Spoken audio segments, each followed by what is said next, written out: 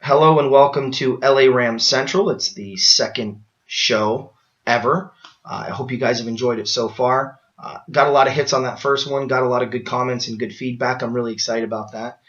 Please forgive the monkey suit. I'm wearing this straight from work. I didn't have time to get changed, and I won't have time to do the show tomorrow, so I want to make sure I still have this ready to be posted come Saturday morning so you guys can watch it and enjoy it on your weekend. Again, really like the feedback, really like the questions, some great comments. I try to reply when I can, but again, thank you for watching and thank you for your support, and hopefully you'll continue to support it. And please share with friends that are Ram fans because I'd like to have them see this. Also, I hope you guys enjoyed the top 10 that I posted, the top 10 Ram teams of all time. I hope that gets a lot more views. It's already gotten quite a few, but I hope the top 5, which I'm sure they will, get just as many views as the 10 through 6 did. But I'm definitely curious on feedback. And if you guys want future top 10s, feel free to comment that on this LA Rams Central on this particular one because I'll look for it and I'm going to kind of start to come up with some ideas and I'll definitely take fan input. So I want to jump right in with current Ram news. I really wanted to start with the Rams schedule because I really like kind of the way it's set up. I think it really kind of favors us. Couple things that, there's one little part that I'm like, well, that's going to be tough. But what I really like about our schedule is traditionally we have the number 1, 2, or 3 toughest schedule in the NFL. Every single year it happens that way, especially the way they stack it, right? We get Green Bay in the beginning of the year when they're hot. We get Pittsburgh in the beginning of the year when they're healthy. We get Seattle to start the season, who's usually going to be pretty fresh and whatnot. Now, granted, we beat Seattle, but we usually go to New England, or we'll get New England at home late in the year when they're really in their swoon, and those kinds of things that were always so frustrating. I remember in '93, our first 4 games were against the entire AFC East. We went to Miami, home against New England, to Buffalo, and home against the Jets, and it was like, are you kidding me? I mean. And the Jets, I think the week before they played us, were like at San Diego. So they pretty much could just stay over if they wanted to. It wasn't going back and forth too much. I take that back. They were actually at home against New England, so they had no travel. And then they came to us while we're kind of bouncing all over the globe. So it's just little things like that didn't seem to happen with this schedule, which I'm really pleased with. And granted, I know you got to play the schedule you're given, right? It's the card you're dealt, you got to play it. And the Rams didn't do an effective job of that last year, which I'll go into detail. That being said, obviously, the away games, that's where I'm going to start. So the away games, you always have to play your division, right? So we go to Arizona, tough place to play, but we did win there this year. To San Francisco, whole new feel to it now, guys. Look, it's the LA Rams, right? Against the San Francisco 49ers. I can't wait for that game. I'm getting the Sunday ticket just this season so I can watch every Ram game and be on top of it. Now that I'm here in Arizona, I want to make sure that my shows are, when I do my reviews from the week before and the preview for the upcoming opponent, I want to be on it. But, man, that game I'm really excited about. And then we go to Seattle, our home away from home. I'm just kidding. We've only won there once. Don't get cocky, okay? But it is still inevitable. You have to go to those teams. Then we go to New Orleans and to Tampa from the NFC South. That's huge. New Orleans, great team. Drew Brees is always good. But if you guys remember, even when Drew Brees was in the middle of his great run in New Orleans and Sean Payton was killing everybody, we handled New Orleans with our weakest teams. So we match up well for whatever reason historically against New Orleans. And any Saint fan will tell you that. Over the years, they never really could figure us out. And I'm looking forward to that game in New Orleans because it's in a dome. We'll still be somewhat familiar with a dome. Depending when that game takes place, that could be a big deal. And then we go to Tampa. That's a little bit of an East Coast to a West Coast trip or West Coast to East Coast trip. But I like that matchup. I think we match up well against Tampa. And as I said before, Dirk Cotter's the coach there. Yeah, I'm really excited about that one because Dirk sucks. I'm sorry, Buck fans. You have my deepest sympathy. As somebody who grew up in Arizona watching Sun Devil football, okay, now it should be known, I like Notre Dame, I like Alabama, and I love ASU. Those are my 3 college teams. And the Maine Black Bears because I was born in Maine. Those are the only 4 college teams I've ever followed. Dirk is awful, and Tampa will figure that out. And who knows? Maybe by the time we play them, they'll be on their second coach for the season because they're already at the intern. We'll have to wait and see. But or intern, not intern. But the Buck game, I like that matchup on the road. If we're going to play a South team on the road, that's the one I prefer to play. Then guys, our common opponent in the NFC North is an away game. Now that's big because instead of having to go to the East Coast and play the common opponent from the NFC East, we get to go to the Midwest. It's not as big of a travel. Now Detroit's kind of one of those iffy teams. If you remember in 99, we lost to Detroit in Detroit. But in 01, we destroyed them on Monday night, 35-0. So it's one of those things. It could be one or the other. We handled them well this year, but what's next year going to look like, we just don't know. So we got to make sure that game, we have our A game on. But that's definitely a very winnable road game. So, and then our 2 road games from the AFC East, because we have to play the AFC East, all 4 teams. We go to New England and New York. Now that's rough. Those are the 2, in my opinion, those are the 2 better teams from the NFC or from the AFC East. Having to go to New England and having to go to New York, I'd much rather have them at home, or at least we have the home field advantage. Instead, we have to go to them. So those are going to be tough. And again, I'm not going to do predictions as far as what games I think we're going to win yet. I'm going to wait until the official schedule comes out and I know what week we're playing where, because there's a lot of variations that can go on. And depending on when we play some of these opponents, it could benefit us when it doesn't look like it does on paper right now, or it could really hurt us depending. Take it easy on the predictions. But that's a favorable away schedule. Now, for you guys in LA, get your tickets because you've got an awesome home schedule. You obviously get Arizona. You obviously get Seattle, and that's going to be a big deal, right? You got Pete Carroll coming back to the Coliseum. You better boo him. He's wearing enemy colors. Boo that man right back to Seattle with his chewing gum in his mouth. I don't want any cheers for what Pete Carroll did at the LA Coliseum. He's a bum. Boo him out of the building. But then you get San Fran. The 49ers obviously will also come to town, and that's going to feel a little – I'm excited for that one too. I'm real excited for that one. That's going to be neat. But then our home schedule against the NFC South, we get Atlanta and Carolina. I know what you're thinking. Oh, no, Carolina. Regardless of my feelings on Carolina, you're still going to get Cam Newton in LA. That's going to be a neat experience to go up against that and see that in your own home field. But Atlanta's real beatable, and I think we match up well against Atlanta. And if you want to play Atlanta, you'd rather play those 2 teams in LA than having to go to their place. So that's a definite benefit. The common NFC East opponent is the Giants, and they have to go from the East Coast to the West Coast. And guys, that's huge. But not only is that huge, our record against the Giants historically is ridiculous. During the fan section of the show, I will give you that statistic because it is tremendously in our favor. And that's awesome news, right? Lastly, the AFC East opponents that we get at home is Buffalo and Miami, which is great, right? They have to come all the way from the East Coast to the West Coast. And let's face it, those are not the 2 of the stronger – those are the 2 weaker teams in the AFC East, and we get them at home. So, you look at the schedule and you say there's not a lot of landmines, and there's a lot of potential, and it looks really, really good. Now, I'm not going to go into detail, but I'll go over the schedule one more time so you guys know. Your away schedule: Arizona, San Francisco, Seattle. Southern opponents on the road: New Orleans, Tampa Bay. Common division opponents from the north, you go to Detroit. AFC East, we go to New England and New York. Then our home schedule: Arizona, San Francisco, Seattle. Boo that man. Boo him. Okay? Common division opponents, obviously, we always play them. Southern opponents that come to our place: Atlanta and Carolina. Eastern our common division opponent in the East, the New York Giants, come to us. And then the Bills and Dolphins from the AFC East come to us in LA. Buy your tickets. That's a really good home schedule. I really like the way it looks.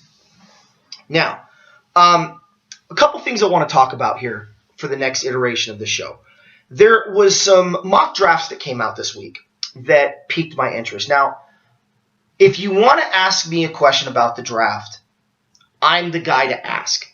I will admit I've made mistakes, but I've made better decisions than not. To give you an idea, Over the years when the Rams drafted, what I've always done is I said, ever since I was in high school, okay, I'm going to act as the Rams GM. I'm drafting where they're drafting, okay? Since 1996, I would have drafted not Tony Banks, but Jake Plummer. Now, you can say what you want about Jake Plummer, but he led the Cardinals to the playoffs, and he led Denver to the conference championship game and a perennial playoff appearance, okay? That's a big deal. I would have gotten Orlando Pace when they did. I would have gotten Eddie George, not Lawrence Phillips.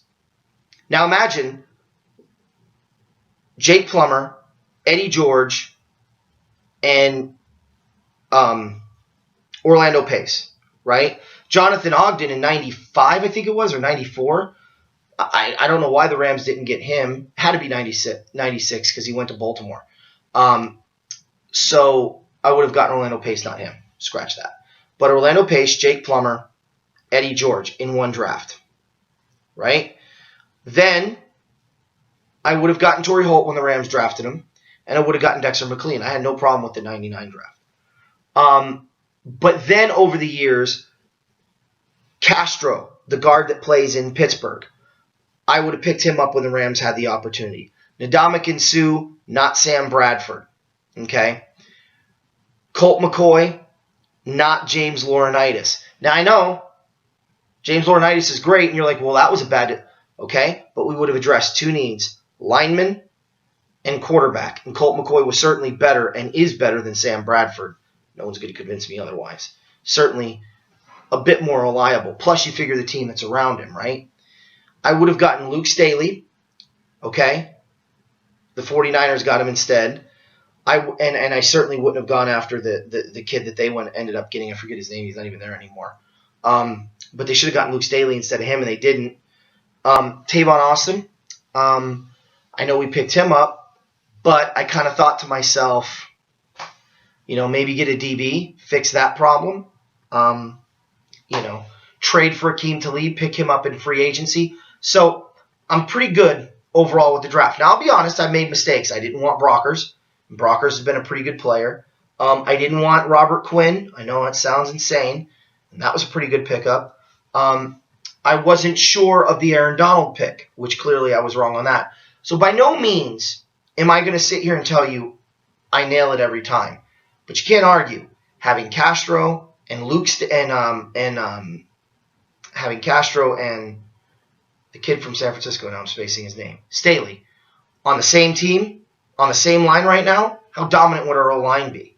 Okay, I would have gotten Jake Plummer, Eddie George, Orlando Pace, all in the same draft.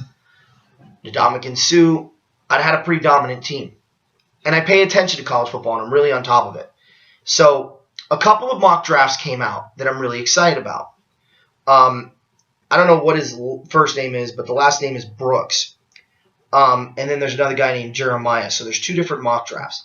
Now, it's funny because before I get into this, I just want to tell you right now, there's two players in particular this year that I really want to see the Rams get because we need to address the quarterback position. Now, I'm going to get to the full situation in a minute, but we need to address the quarterback situation. I am huge right now on Carson Wentz from North Dakota State. Of any quarterback in that draft, that's the guy I want.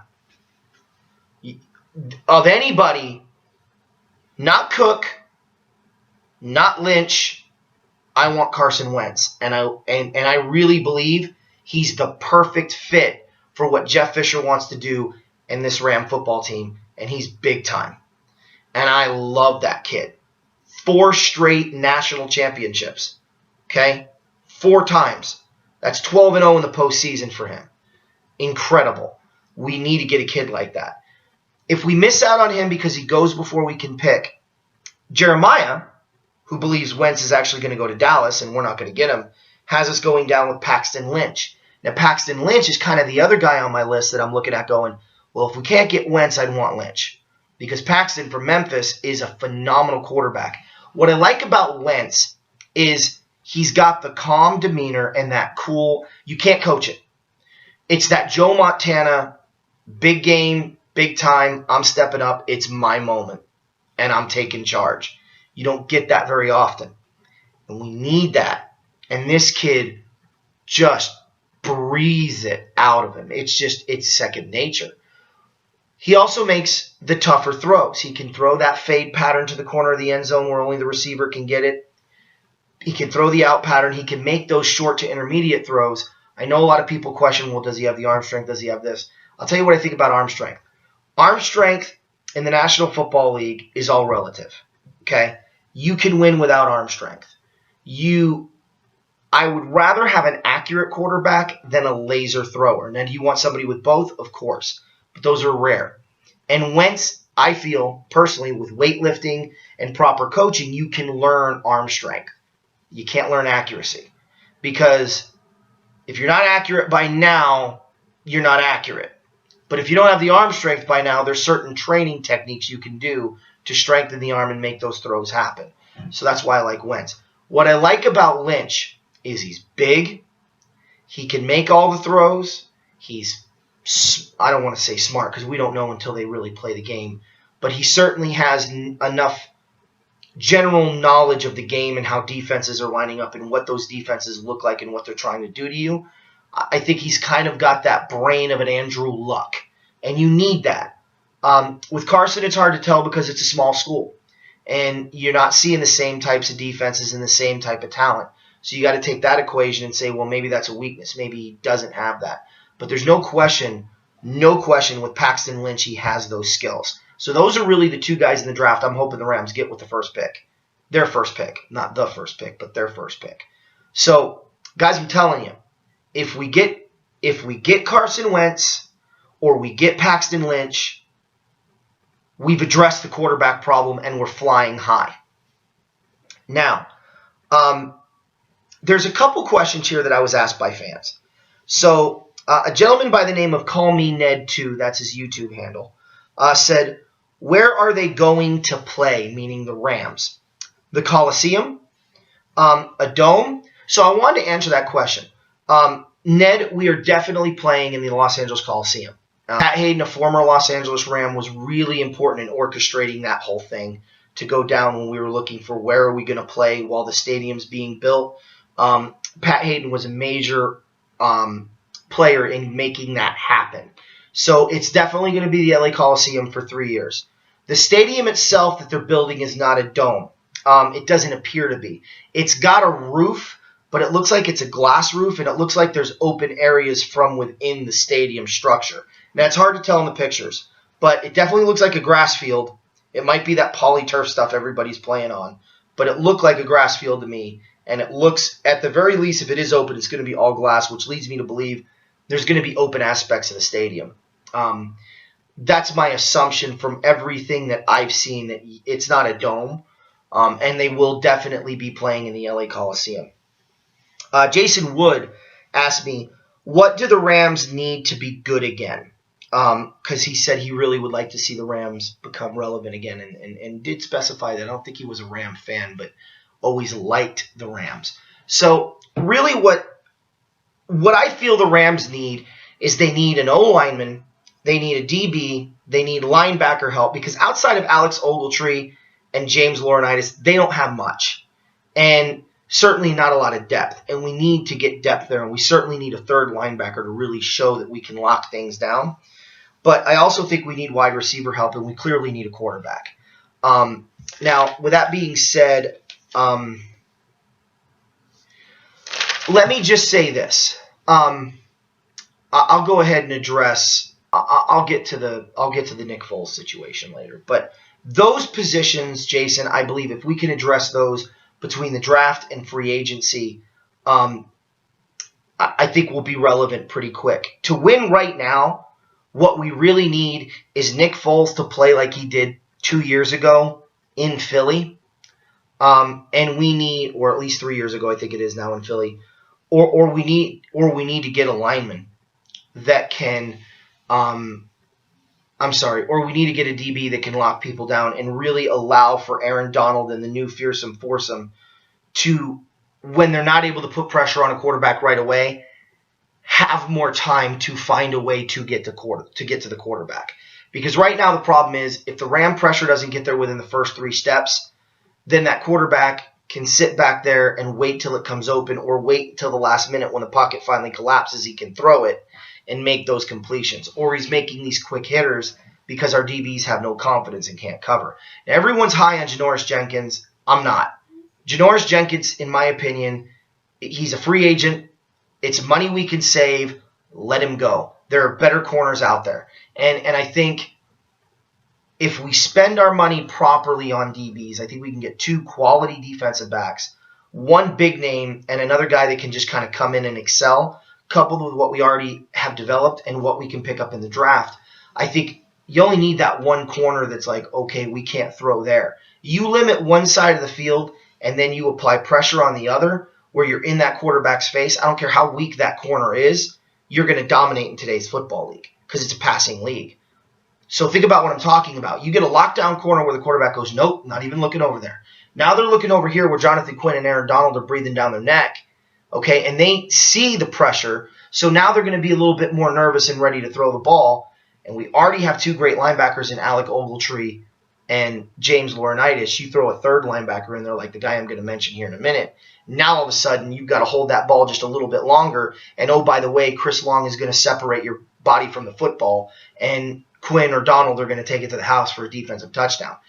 That's a dominant defense. So really all we need is a lockdown corner and another linebacker, or a quarterback and a lineman, or a lineman and a lockdown, any combination of those. And I think we'll be really ready to go. So that being said, here's some people that I'm looking at in the free agent market if they hit. So the number 1 and only lineman I want the Rams to get is Russell Okung from the Seattle Seahawks. He's a free agent. If he doesn't get signed, the Rams need to spend whatever they need to on getting that kid, because you can always move some of your linemen into guard and give them OTAs and training camp time to learn those new guard positions and strengthen the interior offensive line by having them. Or you just simply put Okung as a starter, who's ever starting at one of those spots. I would assume Saffold would be the other starter, but maybe it's the other kid. Either way, you're going to have a very valuable and quality backup behind Okung. That's kind of number 1 on my wish list for the free agent market. Number 2 on my wish list is Josh Norman. Now, all signs point to Carolina re-signing him. I doubt he's going to be a free agent. But man, if he hits the market and the Rams can go, look, we're in LA, you're going to be big time. We can get that lockdown corner in Josh Norman that I just talked about. And there's some other really good DBs that if he doesn't hit the market, they might. Man, that's really number 2 on my wish list. Because, if they let him go, I got nothing but good things to say about Norman. Although, like I said, guys, let's not get all excited and go, the likelihood of Carolina letting that kid go, it's improbable. It really is improbable. Linebackers, there's 2 that I'm looking at here. Danny Trevathan, I think, is a big guy. He's a linebacker I'm looking at to go, ooh, you put him with Alec Ogletree and James Laurinaitis, and my goodness, you've got yourself a linebacking core. But more important than him, Seattle's not going to be able to sign both. So if they decide to sign Okung, you're going to have Bruce Irvin on the market. And if we could get Bruce Irvin from Seattle, you've got the best front 7 in professional football by a long shot. With those 3 linebackers and the 4 linemen we already got, forget it, it's over. Forget making the playoffs. We'll win the damn Super Bowl. I mean, I'm sorry, but I believe that. We still do need that lockdown corner, though. Wide receiver, Alshon Jeffrey. If he doesn't get the franchise tag or Chicago doesn't work something out, he's definitely a guy I'm looking at going, ooh, I'd love to get him. That'd be a big, big pickup. And obviously at quarterback, I'm looking at Brock Osweiler. If I'm Brock, I leave Denver. I have no respect for an organization that decided to go with Old Man Winters, who can barely throw the ball downfield, over me. When I did everything I could to keep this team afloat, when he did everything he could to sink the ship. So I can't imagine he's happy that he's sticking around. So I think we'll probably see Brock Osweiler hit the market. It'd be kind of nice to see the Rams get him. Will they get him? I don't know. But that's certainly a guy that I'm looking at in the free agent market. So that's kind of my wish list I would probably say half of those guys probably will be re-signed by their team, so get the other half. I mean, if we only spend money on 3 free agents, you tell me how any one of these 3 wouldn't immediately make the Rams a playoff team. I'll read the names again. Russell Okung, who's an O-lineman. Josh Norman, who's a DB. Linebackers Bruce Irvin and Danny Trevathan. Quarterback Brock Osweiler or wide receiver Alshon Jeffrey. I mean, that's a big free agent pool. You get 3 of those guys, you're rocking and rolling. So what we need to be relevant again is really 1 or 2 of those guys, and we're good to go. So I want to answer that question. And thank you for the questions. And guys, as you ask them, I'll answer them. So keep the questions coming, and I'll help as best I can in getting that done. Love the questions. Keep them coming. So a couple things that I want to go back over as far as current Ram news. So these mock drafts I think are important. But I think what's important, guys, I think the thing that we really need to look for from the Rams is we've got our schedule. We know who's coming to the Coliseum. Ticket sales look great. I just saw a number that said that they've already sold 45,000 tickets. Keep it coming. The more the better. If we can get up to 70, I think anything beyond 70 is going to blow expectations out of the water, and it's only going to help. Also, news on the practice facility. It looks like the Rams are expecting the facility to be ready sooner than 2019. Not the stadium, but the actual home-based facility that they're going to be working out of for the duration of their existence as a National Football League team, because I believe they're never leaving LA. So that being said, that's going to kind of open some markets for them. So not markets, but it's certainly going to open some stability for them. So, those are kind of things to look for. What I expect from the Rams this season really depends on what they do. Considering how well they handled all the distractions about the move, are they moving, are they not, the whole St. Louis situation. I think I feel confident enough to say that they're going to handle this no problem. In fact, I know they're going to handle it no problem. So, once the move happens and he kind of gets settled in, it just comes about playing football. So, I want that to be abundantly clear right now. It looks good as far as, the LA Coliseum making the accommodations they need to make to help the Rams along. So all of those are positive news. Stadium looks like it's coming along nicely. The facility that they're going to be based out of looks like it's ahead of schedule. So the big thing that we should be excited about in Los Angeles is the free agent market. And the reason I say that is for the first time in the Rams history, there is, I don't want to say first time in the Rams history, first time for the Rams in a long, long time, certainly since they were in LA. They have a city that people are going to be like, oh, you mean I can get paid if I go to LA? And I'm not talking about by the organization. The deals, the contracts that I can sign, the FaceTime that I'm going to get, the pub, they're going to be rolling in dough, and they know it. So, if they have to choose between LA and Green Bay, they're coming to LA. No question. So there's some positives with LA. Keep the ticket sales up. Like I said, it was up to 45,000 this morning. So it's going to be open for a few more weeks, and that's the pre-ticket sales. People showing interest that they definitely want tickets in the future. So get that number going because it exceeded expectations. They're really thrilled with that number being this high this early. So keep it coming. But as far as current Ram news, so the 2 mock drafts I told you guys about, the free agents that look like they may or may not hit, and that was according to ESPN's top free agents. I took 6 of them. And I said to myself, okay, these are the 6 that I would definitely want to see the Rams really pursue that could help them and answer some questions. So that's going to wrap up the first part of LA Rams Central. So we're going to get ready to start the second part of the show here in a minute, which is a little bit of fandom. I'm going to cover a few things. Matter of fact, I'm going to cover the new facility push. We already talked about that. It's going to be done sooner. I am going to review the year, last season, the full situation. I'm going to go over that a little bit. And I talked already a little bit about what LA means for potential free agents. So I am going to talk about LA Ram Coliseum and Ram ties. It's kind of going on there. and what I'm hearing about former Rams possibly making appearances.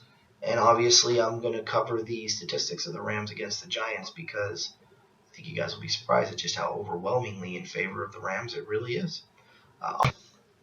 Okay, we're going to start the second part of the show right now. Going to do a little bit of fandom, about 15 minutes. First thing I want to do is the year in review. And then I'm going to talk a little bit about the LA Coliseum and Ram ties. So first, let's recap the last season in St. Louis before the homecoming takes place in 2016 for the Los Angeles Rams, right? So 2015 had high hopes. There was some hints that we were going to make the playoffs and a lot of optimism going into the season. And the first 4 weeks, as we know, we were Todd Gurley-less. And we went 2-2, which was about what I was hoping we would do without Todd Gurley. In all actuality, we should have done better than that. So we opened the season beating Seattle 34-31, and really that was Nick Foles and just pulling our rear ends out of the fire and really stepping into a role of, holy crap, this is what a quarterback looks like when he actually plays, something we hadn't had for a while, and there was some high optimism. The overtime victory, we were down late, we came back, the guy fell down, we scored the touchdown to force overtime. Seattle opted to kick. I don't care what, Captain Chewing Gum Pete Carroll says, that was an onside kick attempt. And it failed miserably, and the Rams got it, and they ended up winning the game. He could say he tried to kick. If that's the case, then they should have cut their kicker right then and there when they came home. Because he's not that bad of a kicker. Okay? You're not fooling anybody. You're an idiot. You called the onside. You didn't want to get criticism for it, so you put it on your kicker. Because that's the kind of person Pete Carroll is. It was an onside. It failed. We win. The next week was inexplicable, and this is typical of the Rams in St. Louis. I'm upset about the Rams' time in St. Louis because all of that hard work that the LA Rams put in, you guys have to understand, we were winning series against everybody. There was only about 6 teams that we ever played against that we didn't have a winning record against. And we go to St. Louis and all of that is just thrown away and lost with miserable season after miserable season. Washington's not one of those teams. They're one of the teams we actually didn't have a history of beating. But inexplicably, at the time, we lose to Washington. And nobody thought Washington was going to be the team they ended up becoming. And don't get me wrong, I told you that's my second team, if there is such a thing. Certainly when the Rams are out of it, that's the other team that I root for. So I was upset. I was livid that the Rams lost to Washington because it was one of those, really, we beat Seattle, but we can't beat Washington. Like, it was just annoying. Now, of course, Washington turned out to be a great team. But that was a disappointing loss. And certainly the way they played didn't warrant any kind of respect or optimism. After that game, we come home to play Pittsburgh in a game that we injured Ben Roethlisberger in, and Michael Vick sucks. He's garbage. He's pathetic.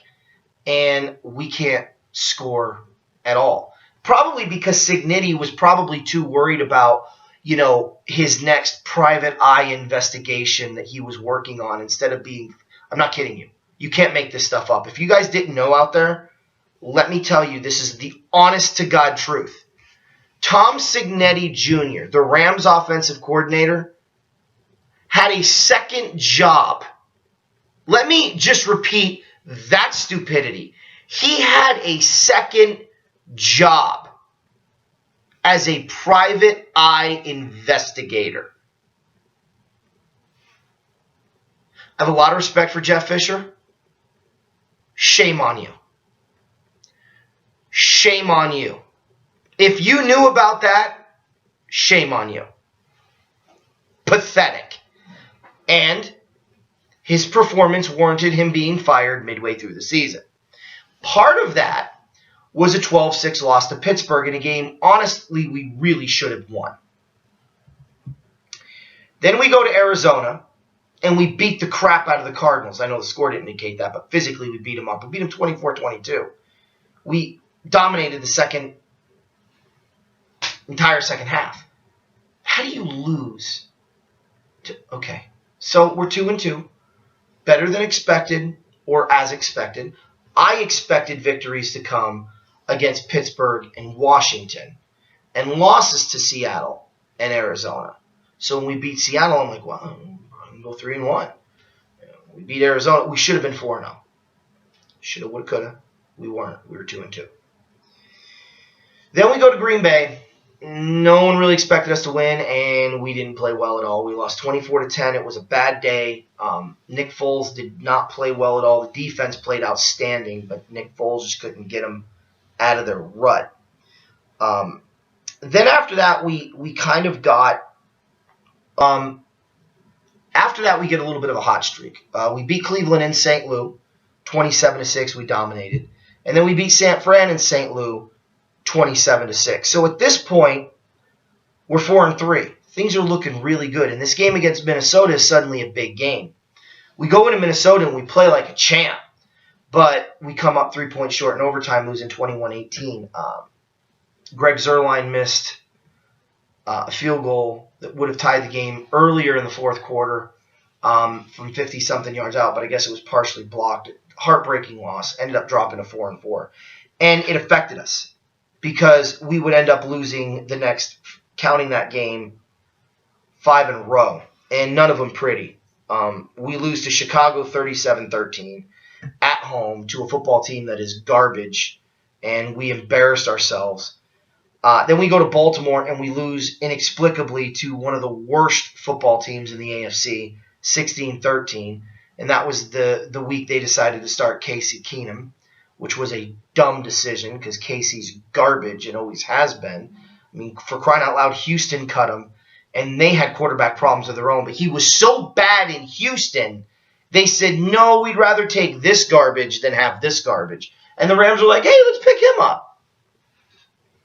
Okay, shocking, we lose to the Ravens. Then we get annihilated by Cincinnati, 31-7. At this point, we fired Cignetti, I believe. And then we lose 27-3 to Arizona at home.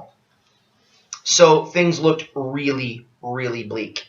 But then we get Detroit at home. We win that one 21-14, I believe. And then week 15, we're home against Tampa on Thursday night. Looked great. Won that one 31-23. And suddenly, hey, we're out of the playoffs, but maybe we'll go 8-8. And sure enough, we beat Seattle 23-17. All we got to do is beat the lowly 49ers in Candlestick. Sorry, Santa Clara. But we don't. We lose 19-16. But at that point, I think the Rams kind of packed it in. And I do think at that point, rumors of the move really weighed thin on the team, if they hadn't already. So my view of the 2015 season overall is really this. I think we played well enough to compete. We showed that we still need help in the secondary.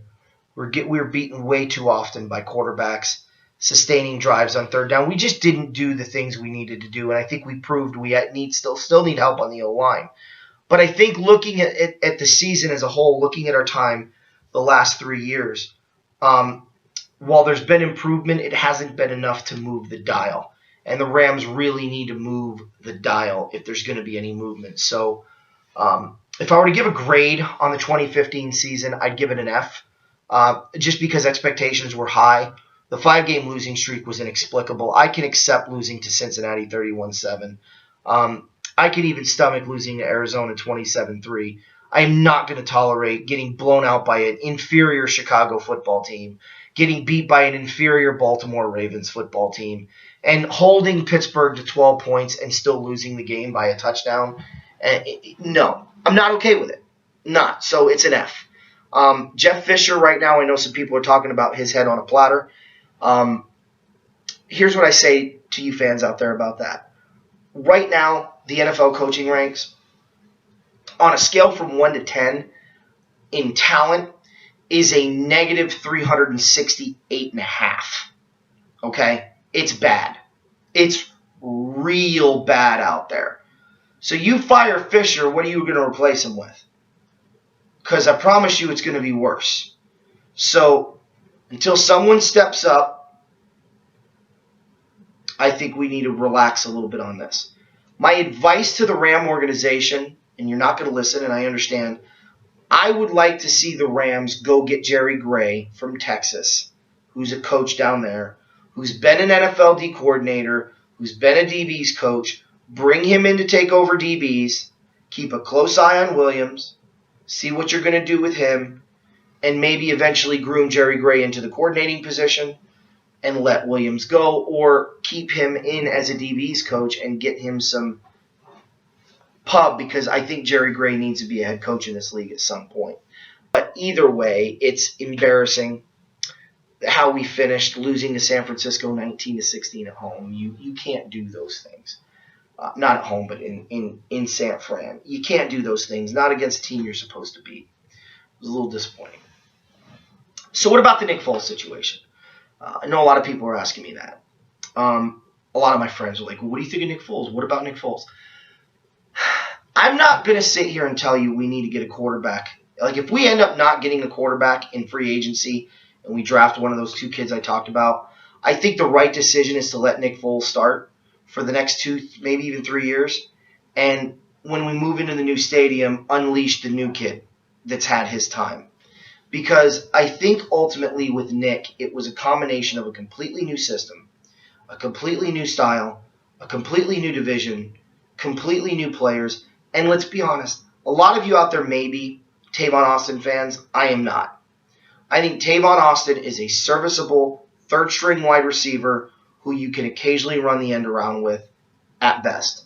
I don't think he's the playmaker everyone says he is. I never see this kid get separation against quality corners. How many times did we hit Tavon Austin on the deep ball this year? It wasn't very often. We had to hit him on short, underneath stuff, hoping his speed would make things happen. And he's hit or miss. He'll have a great game against a crappy team, but he plays against a good team and he can't do crap. So I'm not a big fan of Tavon Austin. We are horribly weak at wide receiver.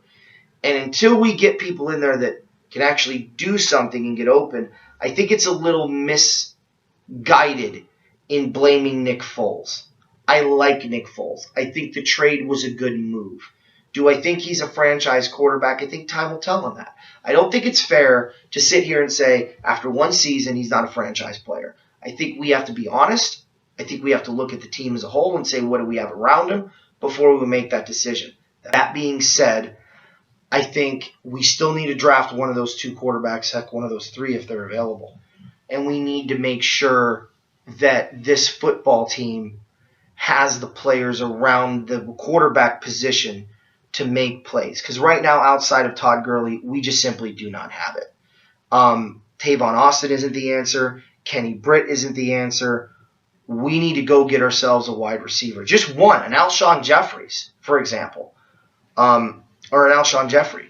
Get a kid like that who can make plays happen downfield, and you're going to open things up for Gurley, and the other guys are going to be better for it. But we need to get help around that position.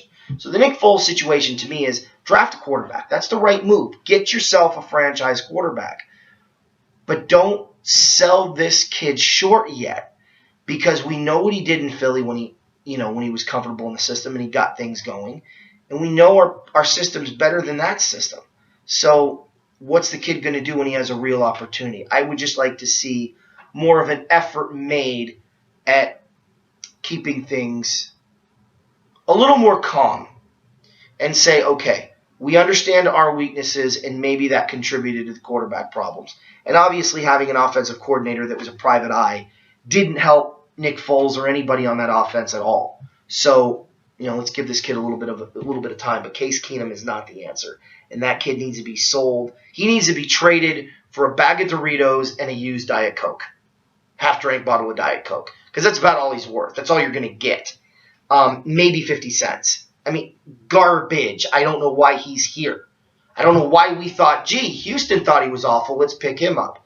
Especially with, wait for the explosion, Tim Tebow's out there. You're going to tell me this kid's better than Tim Tebow?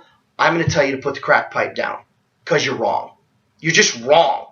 So There's better options out there, but we went with this. By no means am I saying let's go get Tim Tebow, start him, and say we've addressed the quarterback position. I'm saying give Nick a chance, draft a quarterback, and let's see what happens. I think that makes the most sense. LA Coliseum and Ram ties. Like I said, we have Pat Hayden over there, but there's a lot of former Rams that played at the Coliseum as both a Ram and a Trojan. And I would like to see how that whole thing transpires. For you guys out there in LA, really go to these games in the Coliseum because you're witnessing history. The Rams played there in the 70s when they were one of the most dominant teams in football, in the 60s. I think even the 50s. It's the place to be, man. I mean, it's the LA Coliseum. The Rams in the LA Coliseum.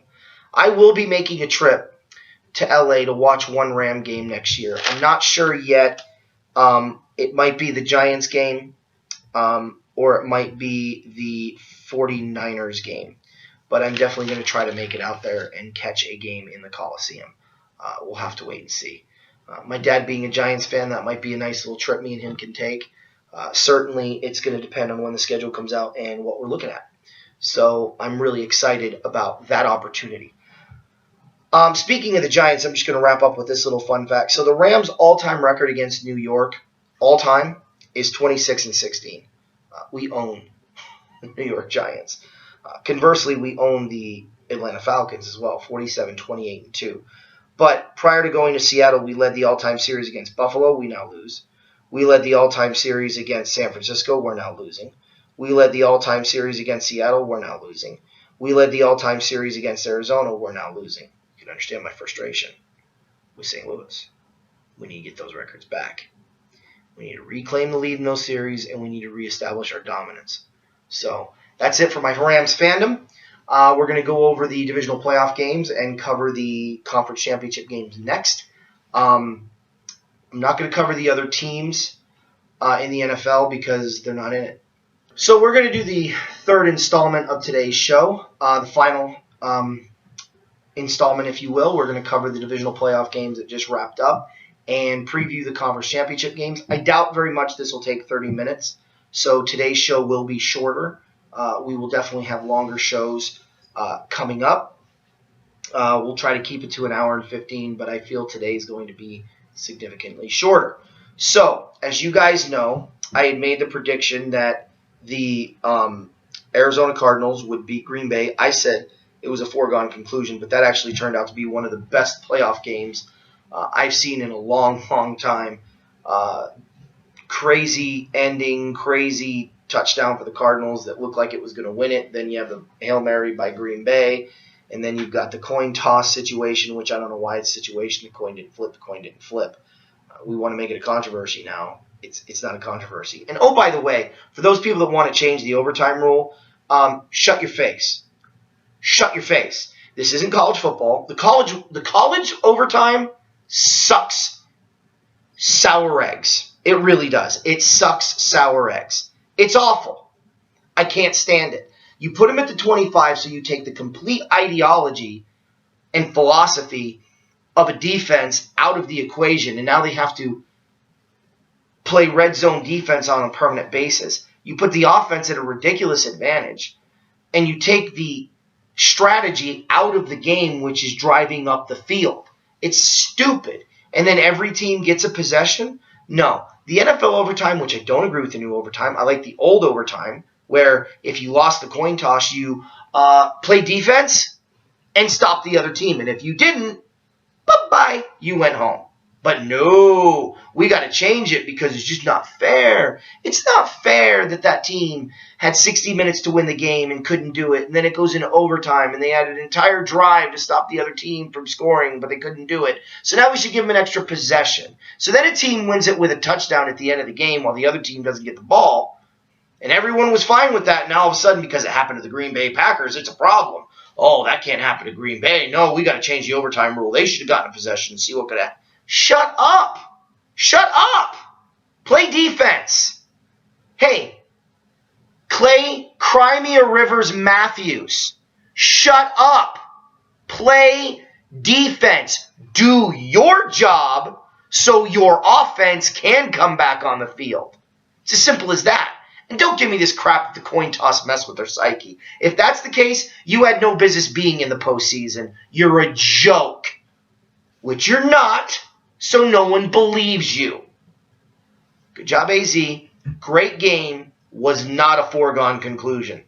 Dead wrong on that, I'll admit it. The second game that day, or the first game, if you will, was the New England Patriots and the Kansas City Chiefs. And as expected, New England won. Not necessarily because they were the better team, but because they were going to get the benefit of every single call. But they were the better team that day. And they did get the benefit of every single call that the Chiefs made. Because I don't know what Kansas City was doing at the end of the game. Running out the clock when they were losing by 2 touchdowns. You know what? New England played that game perfectly, and they deserved to win. So to Kansas City, I'm sorry. Figure out what the heck you're doing next time and actually have a plan to win the game. You play to win the game, to quote one of my favorite coaches, Herman Edwards. You play to win the game. You don't play to not lose. And that's exactly what Kansas City did. You have to play to win the game. I love that quote by Herman Edwards. Because they didn't. They didn't play to win. They played not to lose. Or not to get blown out. Because they were going to lose either way. Sunday was rough for me. So, the weakest 50-1 team in NFL history advances to the conference championship game. I would like to retract that statement. They looked pretty darn good against Seattle. They looked pretty legit. So for you Panther fans out there, I retract. Maybe you're not as bad as I thought. You want a playoff game without getting the benefit of every single call. So I got to give you credit where credit's due. But there's still a lot that needs to be done to prove to me they're better than Arizona, which we'll get to the Arizona games in a minute. But that was a well-played game by Carolina, and they deserved to win. The other game, the most unwatchable football game in the history of professional football. I would have rather watched the Canton Bulldogs against the Portsmouth Steamrollers play to a 0-0 tie where the total offense for the game was 19 yards. That would have been more exciting to me than watching that garbage I was forced to watch and didn't, because I didn't have to and I didn't. I watched a little bit of it, though, because I wanted to make sure I had my facts with me, and it was as predictable as ever as far as the patheticness of play. You had a no-arm quarterback in Peyton Manning going against a one-arm quarterback in Ben Roethlisberger with two defenses that are decent but looked great because they were playing against a no-arm quarterback and a one-arm quarterback. And somehow, the no-armed quarterback won the game, giving us the most boring, predictable conference championship game. Wonderful. Denver and New England. So let me tell you what I'm doing when they play. I'm going to buy a nice, big gallon of paint. Pick a color. Doesn't matter. I'm going to take a big, thick brush. And instead of watching that take place, I'm going to paint and watch it dry. Because that's going to be more exciting than Denver and New England. I love these people that are talking like this game is going to be, oh, it's Peyton versus Brady. I even heard some idiot call it the War of 1812. And everybody talking about this. The reality is, as a fan of the game, I'm done watching these two teams. I can't do it anymore. I can't sit back and watch a love fest occur. I want, honest to God, forgive me for saying this, and some of you are going to laugh, some of you I want to hear porno music in the background when these announcers cover this game. Because the love affection that they display for both of these quarterbacks makes me want to throw up in my mouth. I can't handle it. I can't handle hearing, Peyton Manning throws a ball in the dirt 10 yards short of his wide receiver. Oh, the receiver must have run the wrong route. Peyton Manning's the greatest quarterback that ever played the game. He's such an amazing quarterback. Did you see the way he stepped into the throw and used his hips? So amazing to watch him play the game. It was 5 yards short and in the dirt. 10 yards short and in the dirt. And then with Tom Brady, he drops back and he looks and he looks and he looks and he looks and he looks and looks and throws to a wide open wide receiver. Okay? Had time to bake cookies, call his mom, make dinner plans, and get his Christmas shopping done early before he even throws the football. And I'm supposed to believe that then that makes him the greatest quarterback that ever lived. Now, let me say this before you go postal on me. Tom Brady's a great quarterback. Okay? Peyton Manning is the greatest regular season quarterback that ever lived. Let's take a look at the rules. Okay? If you sneeze within 19 yards of a quarterback, it's a 15-yard penalty. Okay? If you whisper in the wide receiver's ear, it's illegal contact downfield, 5-yard penalty, automatic first down. The rules are stupid. They're ridiculous. And they overwhelmingly favor the offense.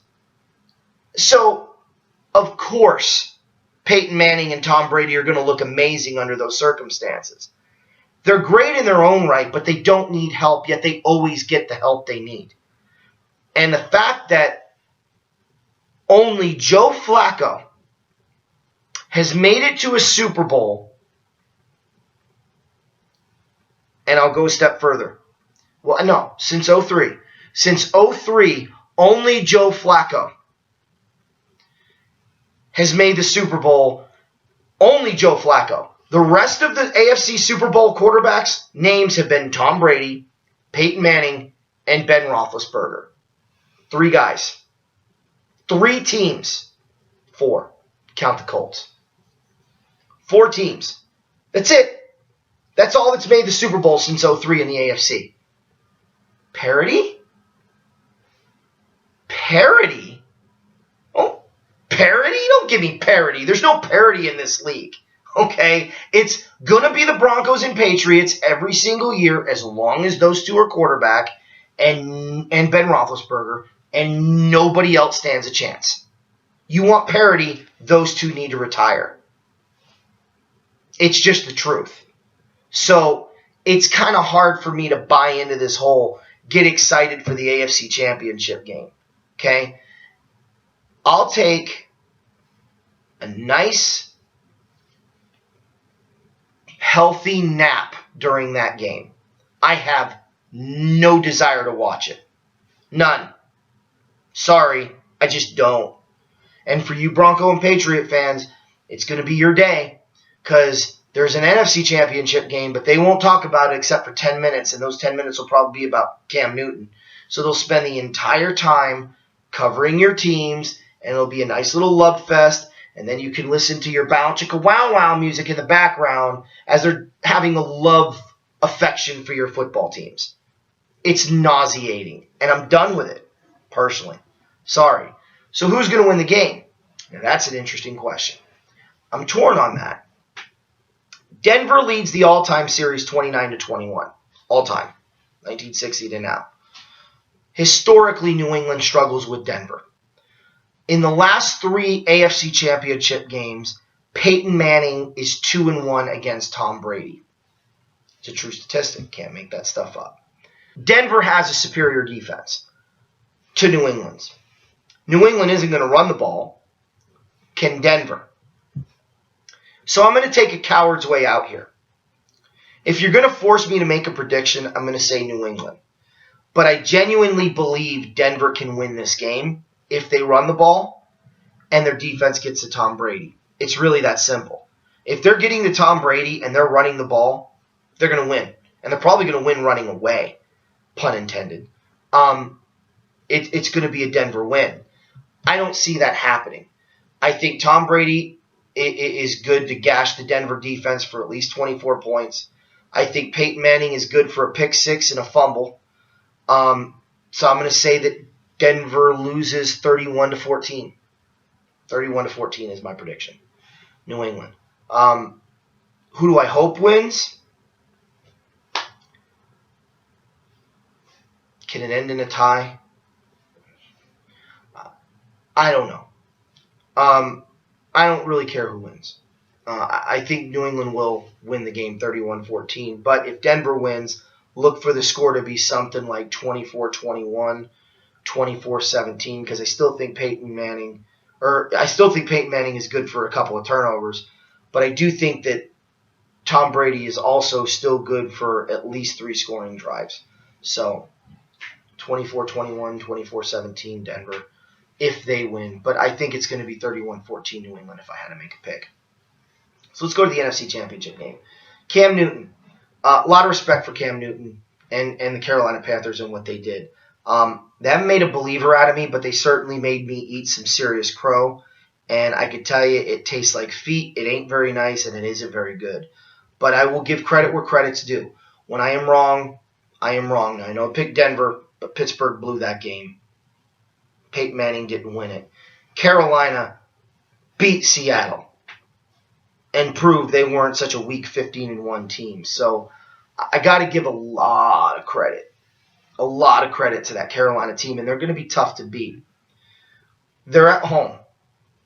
And the only reason I'm not picking Carolina to win this game has nothing to do with officiating, has nothing to do with them being a weak 15-1 team, because I actually think whoever wins this game, and if it is Carolina, tip my hat, congratulations, you're going to be a Super Bowl champion because you're going to win the Super Bowl.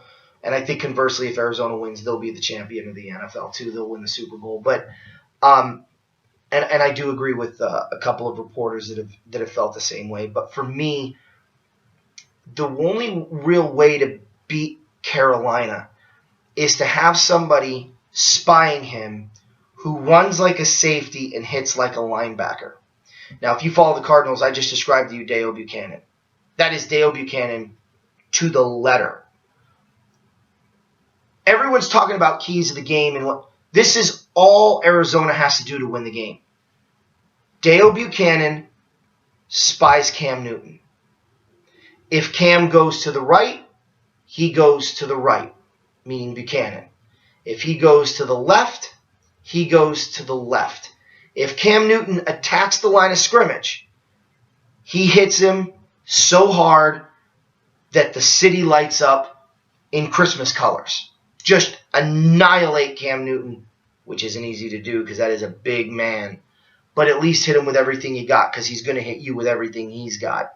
Stop him dead there. Now, he does that read option. You let Campbell and company go crush him. And Dale Buchanan makes a beeline for Cam Newton and lights him up. It's the only way Arizona is going to win this game. Because I don't believe Arizona is going to score 30 points in this game. I don't. I also don't believe Carolina is going to score 30 points in this game. If Dale Buchanan does that well and takes Cam out, that's 47% of their offense. And let's assume he takes him out completely. I think Arizona wins running away. 24-10, 23-3. I mean, it's not going to be pretty.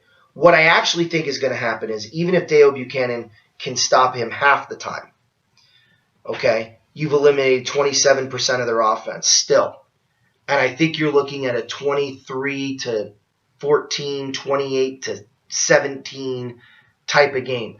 If I got to make a score prediction, I'm going to pick the Cardinals to win 28-17 or 23-10, one of the two. I think it's going to be that kind of game. So I guess my Super Bowl is going to be Arizona and New England. I won't be surprised if it's Arizona and Denver. I guess in a way I'm kind of hoping for that, because I think Arizona is a much better team than Denver. So I guess if I'm rooting for anybody in the AFC, I'm rooting for the Broncos. But that's just because I think Tom Brady and the Patriots are capable of beating anybody on any given Sunday, including the Panthers or the Cardinals. And I'm not really sure I'm okay with yet another Patriots Super Bowl. But I will give credit where credit's due. Now, I ragged on Denver and New England a lot. I think they play a very boring style of professional football. Drop back and throw, drop back and throw, drop back and throw, drop back and throw, drop back and throw, drop back and throw, drop back and throw, drop back and throw, run. Boring as crap for me.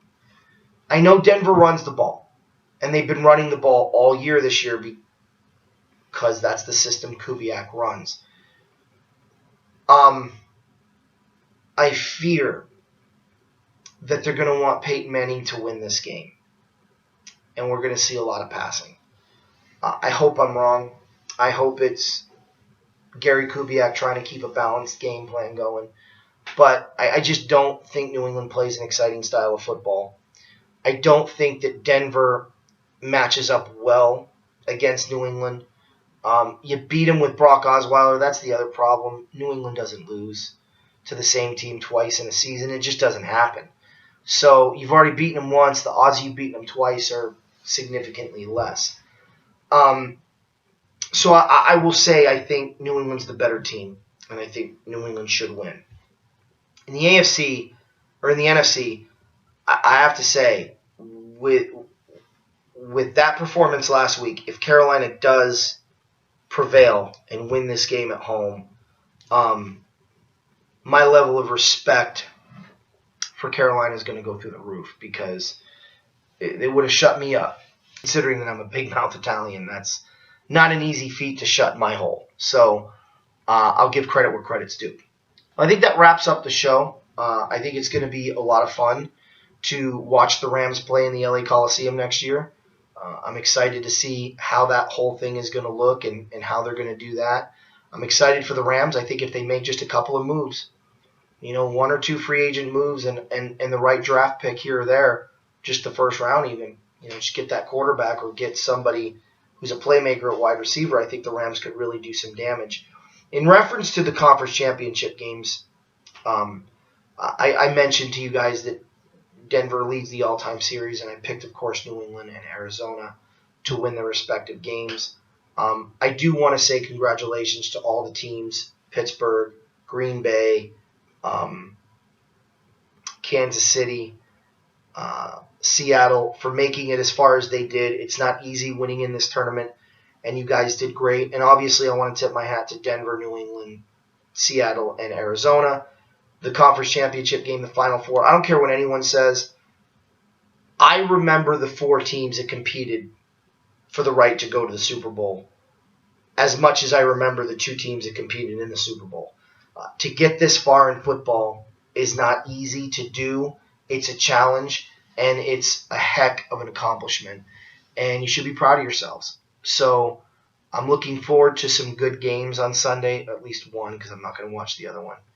But I think it's going to be fun, and I think it's going to be interesting. And I'm curious to see just how good Carolina really is, because they're going to be tested. And if they win this game, they're certainly going to be better. Just to recap, I got the Patriots over Denver, the Cardinals over Carolina for the conference championship games. We will do a Super Bowl edition next week, and then the following week we're going to cover we're gonna cover a little bit more of the other teams. Maybe do a little bit of Super Bowl history. Is I think the way I'm gonna go, and I'm gonna cover all the Super Bowls. So I think that'll be pretty good. I might even do a top 10 Super Bowls in my opinion, and kind of get your opinion on that and see what you guys think. I don't think it'll be a video like I did before. It'll just be in the show. So I hope you guys enjoyed it. This is Anthony Manna for LA Rams Central. Have a wonderful day.